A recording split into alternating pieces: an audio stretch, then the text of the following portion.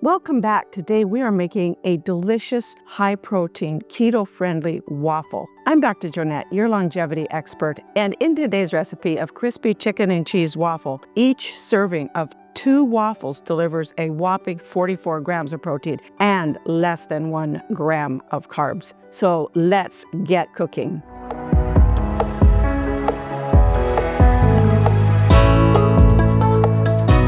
We're going to start by chopping up our chicken. You can chop it up with a knife, or I like to use a food processor. It seems like it just chops it up so much better. For this waffle, you want that chicken chopped up really well. So what type of chicken do you want to use for this recipe? You need cooked chicken, and you've got several options. You could cook up a couple of chicken legs, or you need about 3 chicken legs. That would be the thighs with the drumsticks, because you're going to need a total of 3 cups of chicken, and each leg gives you about 1 cup of chicken. You could cook up some chicken breast, or you could purchase a rotisserie chicken. And one of those small rotisserie chickens gives you about 3 full cups of chicken breast or of chicken meat. I am going to put this is a rotisserie chicken, and was actually what I like to do is I use my leftover rotisserie chicken. We'll buy a rotisserie chicken,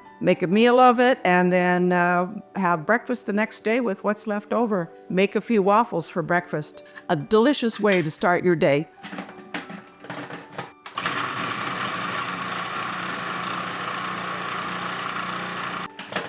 And you can see how nice and finely ground that chicken breast is. We're going to go ahead and add that finely ground up chicken to our mixing bowl here. And to that, we are adding 4 more ingredients. This is a 5-ingredient recipe. Actually, if you combine the cheeses, it's only a 4-ingredient recipe. Super simple, super quick. And if you only have a cup of chicken, you've still got enough for probably 4 waffles, so for 2 servings. The 3 cups of chicken this recipe makes about 10 waffles, so 4 or 5 servings. And I'm adding 3 eggs that I beat up, a cup of mozzarella cheese. If you love cheese, you add some extra cheese, adds a little extra fat, but also a little extra moisture to your waffles. 1/3 of a cup of parmesan cheese. And I like to keep the seasoning super simple. I add 2 tablespoons of bagel everything seasoning. If you don't have bagel everything seasoning, go to my website, growwithdrjoanette.com. Scroll down to the links below, and that'll take you right out to this recipe. And I have a recipe there for how you can actually make your own bagel everything seasoning. And we're adding that in as our seasonings. If it doesn't have salt in it, these don't really need that much extra salt, but you could add in some extra sea salt instead. We're going to mix that all up together. And we have our waffles ready to cook once we get that mixed. You want some extra protein? You could even add 4 or 5 eggs. If you add the extra eggs, it makes the waffle a little softer and fluffier, I think. I kind of like a soft, fluffy waffle. Farmer Fred likes the crispy waffle, so we kind of compromise on the eggs. If you add a couple of extra eggs, that adds about another, per serving, about another 8 grams of protein, probably about 4 grams of protein, bringing your total protein content to about 45 grams. That's a great way to start your day, no question. Besides, if you don't want to eat breakfast, some people don't eat breakfast. They like to eat lunch. So this is also a great lunch recipe. Eat it with a nice big garden salad, and you've got your protein, you've got your fiber, you got your veggies. It's a great meal to keep you fueled all day long. Let's see if our waffle maker is hot. For your waffle maker, you want to use a regular waffle maker and not a Belgian waffle maker. I found that the regular waffle maker works better, but if you only have a Belgian waffle, hey, try it with the Belgian waffle maker. And this little guy is perfect for making this particular recipe. I'll mix it up, and sometimes I'll freeze the extra and enough for a couple of waffles, and take out it the night before, and you've got it ready to go for the next morning for breakfast, or for grab and go breakfast or lunch. Because this has a fair amount of cheese in it and fat from the chicken, I don't even usually spray my waffle maker with any non-stick spray. You can decide if you don't want to take the chance and spray your waffle maker. Just take a spoonful there and pat it down right into the waffle maker so it goes into all of those grooves in your waffle maker. Close it up and let it cook until it's just the right amount of doneness. You want to make sure it's all done. The eggs are cooked, and take it out earlier if you like a softer waffle, or take it out, leave it and let it crisp up like Farmer Fred does. So why is it important to have protein at the beginning of your day? I grew up in a blue zone, and my mom used to always say, eat breakfast like a king, and that means you want to eat plenty of protein. We always had protein for our breakfast. Lunch like a prince, and dinner like a pauper. I guess if you wanted to do the female take on it, breakfast like a queen, lunch like a princess, and dinner like a pauper. So the reason you want to have protein for breakfast is that you want a steady energy source for your body throughout the whole morning. When we have a protein, that also includes some fat for our breakfast, what we are doing is we are preventing that blood sugar spike. Our traditional American breakfast or Western style breakfast is a high carb, sugar spiking breakfast. Just think about it. Breakfast cereal, carbs, orange juice, carbs, possibly a piece of fruit. More carbs, but a little better because they do add some fiber, and maybe a donut or a piece of toast. More carbs, pretty much all carbs. All those carbs hit our gut, rapidly absorbed, and whoop,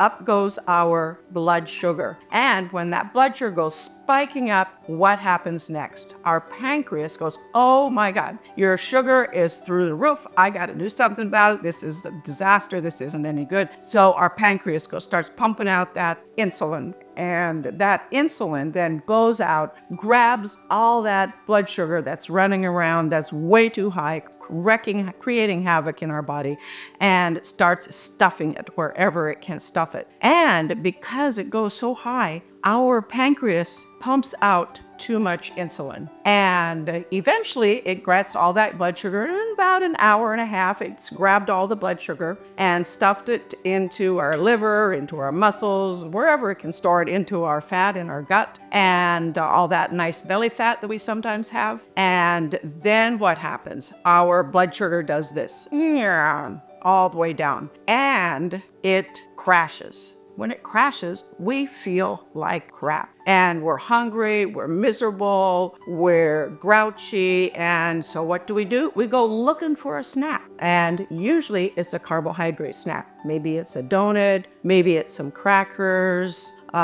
maybe it's a piece of sandwich, I don't know. We go looking for some more food, and up goes our blood sugar, and down goes our blood sugar. Up goes our blood sugar, up goes our insulin, down goes our blood sugar. Now it's lunch, up goes our blood sugar, up goes our insulin, down goes our blood sugar, down goes our insulin. And we're on this roller coaster all day long. So when we start our day with a high protein breakfast that also includes some nice healthy fats, we are giving our body what it needs to keep our blood sugar at a nice steady state. So now what happens when after breakfast, our blood sugar goes up just a little bit, barely at all, because there's really no carbohydrates in it. And instead our body goes, oh, I don't have any carbohydrates for energy, but what I have is protein and fat. And it can burn that at a nice steady state throughout the morning so that we're not on that roller coaster. We have energy, we have focus, and we feel great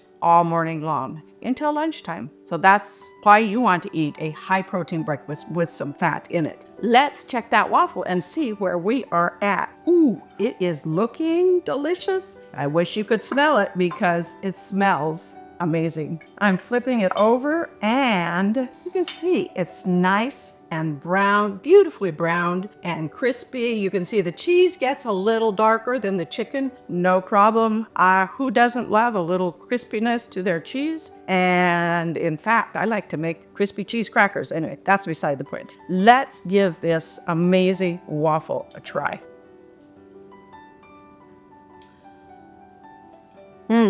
That's not crispy enough for Farmer Fred, but perfect for me. here are some options of ways that you can enjoy these crispy keto-friendly chicken waffles. Farmer Fred loves to cut them into about quarters and dip them in Frank's red-hot buffalo wing sauce. I'm not such a fan, but I like to dip them in some delicious blue cheese dressing or some ranch dressing. I also like to cut them up or break them up, put them on a garden salad, and have that as a chicken-topped garden salad. Maybe a little Caesar dressing on it. It's delicious. Dip it in, even just dip them in Caesar dressing. So many ways that you can enjoy this high-protein waffle. Thank you for joining me today, and I hope it inspired you. If it did, thank you for subscribing, clicking that like button, and also go to my website for the full recipe. And while you're there, hang out a little bit, explore some of the information there. I have so much information about how to be healthier, eat healthier, and have lots of recipes for you to try. We'll see you next time on the Dr. Joanette channel. Thank you so much for joining me today.